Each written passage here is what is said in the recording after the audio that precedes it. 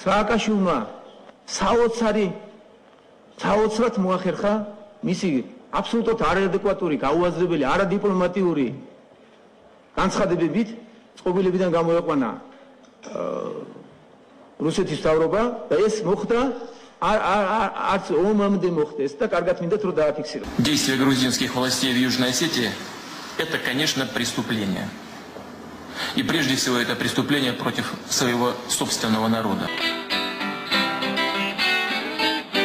План был подготовлен Генеральным штабом где-то в конце 2006 или в начале 2007 года. Так что здесь секрета нет, мы уже об этом говорили.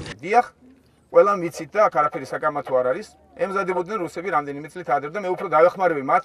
კიდევ უფრო განვრცობ საუკუნეებით ადრე ემზადებოდნენ და საუკუნეებით ადრე უნდათ და სურდათ რუსებს თავისი გეოპოლიტიკა, თავისი უშიშროება გაემყარებინათ და კავკასიის იქით გადმოსულიყვნენ.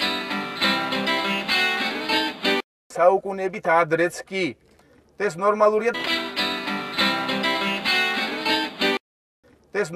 და რუსეთი არ გამოირჩევა და რუსეთი არ არის ერთადერთი. Россия исторически была и останется гарантом безопасности народов Кавказа. რუსები არ მალავენ, რომ არ უნდათ რომ საქართველოს შევიდეს ნატოში. უსაფრთხოების მხრივ ნატოს არ აყავს ალტერნატივა. დიახ, ის რომ რუსეთს ჰქონდა განცდა თავისი გეოპოლიტიკური მიზნების განსახორციელებლად საქართველოს ნატოში არ შეეშვა და კიდევ კავკასიის აქეთ გადმოსულიყო და ესე შემდგომ, ეს გასაგებია და კიდევ ერთხელ გავიმეორებ.